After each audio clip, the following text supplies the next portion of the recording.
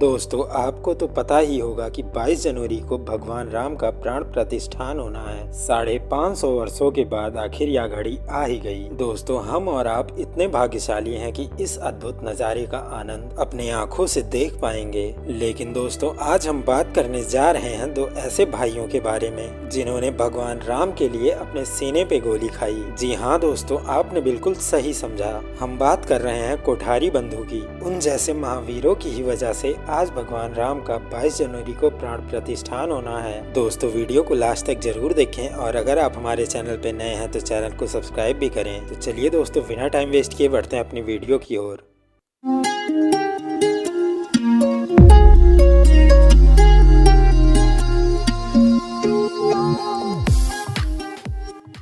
साल था 1990 और महीना था दिसंबर। पहले ही हफ्ते के एक दिन डाकिया आज के कोलकाता और तब के कोलकाता के खेलत घोष लेन स्थित एक घर में पोस्ट कार्ड लेके पहुंचता है। डाकिया दरवाजा खटखटाता है। उसके बाद एक लड़की ने दरवाजा खोला। उस लड़की का नाम होता है बकौल पूर्णिमा कोठारी, जो कि कोठारी ब्रदर्स की बहन होती है। वह लड़की चिट्ठी देखकर रोने लगती है। दोस्तों हम आपको बता दें, उस चिट्ठी में लिखा था माँ और बाबा का ध्यान रखना। साथ ही उसमें ये भी लिखा था कि तुम चिंता मत करना, हम तुम्हारी शादी तक पहुंच जाएंगे। दोस्तों यह पत्र था पूर्णिमा के भाई शरद कोठारी का, जो अपने बड़े भाई राजकुमार के साथ अयोध्या में 2 नवंबर को ही शहीद हो चुके थे। दोस्तों चिट्ठी शहादत से कुछ घंटों पहले ही लिखी गई थी। 22 साल के राम कुमार और 20 साल के शरद कोलकाता में अपने घर के करीब बड़ा बाजार में राष्ट्रीय स्वयंसेवक संघ की शाखा में नियमित रूप से जाया करते थे। कई अन्य स्वयंसेवकों की तरह राम और शरद ने भी बीहिप की कार सेवा में शामिल होने का फैसला किया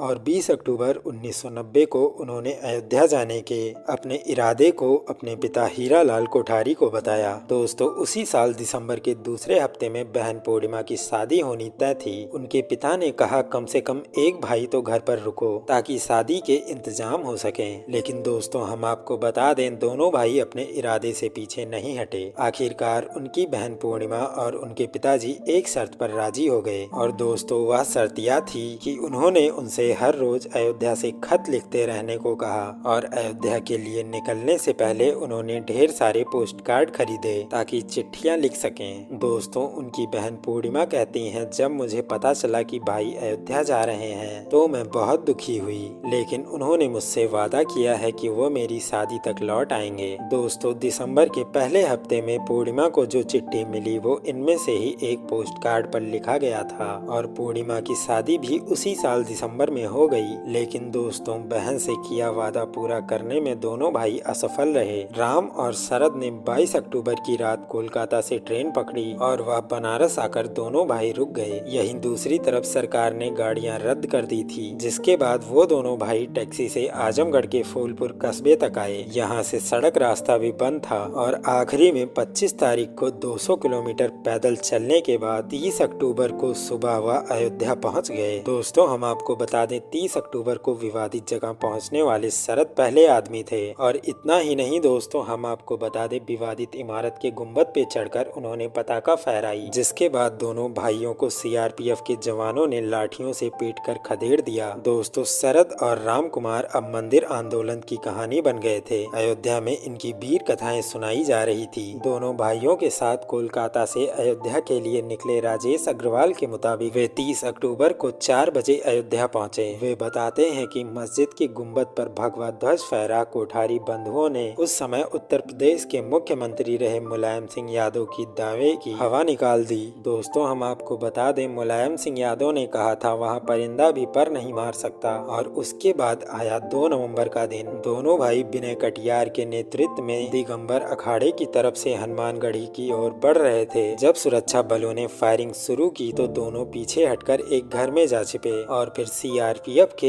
एक इंस्पेक्टर ने शरद को घर से बाहर निकालकर सड़क पर बिठाया और एक गोली उसके सीने में मार दिया। उसके बाद दूसरी गोली उसके सिर पे मारी। दोस्तों जब छोटे भाई के साथ ऐसा हो रहा था तो बड़े भाई राम कुमार भी वहां कूद पड़े और वहीं इंस्पेक्टर की गोली राम कुमार के गले को भी आर पार कर गई। दोस्तों हम आपको बता दें, दोनों भाई ने मौके पर ही दम तोड़ दिया और उनकी हत्या की खबर सुनते ही सरयू तट के किनारे भीड़ की हुजूम उमड़ पड़ी थी। दोस्तों, हम आपको बता दें, यह सब उस समय के सीएम मुलायम सिंह यादव के कहने पर हो रहा था। जब यह खबर उनके घर तक पहुंची तो बेटे की मौत से हीरालाल को ऐसा आघात लगा कि शव लेने के लिए अयोध्या आने की हिम्मत भी नहीं जुटा पाए। दोस्तों, दोनों का शव लेने हीरालाल के बड़े भाई दाऊलाल फैजाबाद आए थे और उन्होंने ही दोनों का अंतिम संस्कार भी किया। और भाइयों की याद में पूर्णिमा उनके दोस्त राजेश अग्रवाल के साथ मिलकर राम शरद कोठारी स्मृति समिति नाम से एक संस्था चलाते हैं। दोस्तों, उत्तर प्रदेश के योगी आदित्यनाथ सरकार में उप मुख्यमंत्री केशव प्रसाद मौर्य ने घोषणा की है कि कार सेवा के दौरान पुलिस की गोली से मारे गए कोठारी बंधुओं के नाम पर अयोध्या में सड़क बनवाई जाएगी। भाजपा की कई चुनावी रैलियों के दौरान भाजपा नेताओं ने बंगालियों को अयोध्या में भव्य राम मंदिर के लिए कोठारी बंधुओं के बलिदान की याद दिलाई। दोस्तों, कोठारी बंधुओं के भव्य राम मंदिर का स्वप्न आज पीएम नरेंद्र मोदी पूरा कर रहे हैं। अगर आप एक सच्चे सनातनी हैं तो इस वीडियो को ज्यादा से ज्यादा शेयर करें ताकि कोठारी बंधु के बलिदान के बारे में सबको पता चल सके। हम मिलते हैं आपसे ऐसे वीडियो के साथ नेक्स्ट टॉपिक में। तब तक के लिए जय श्री राम।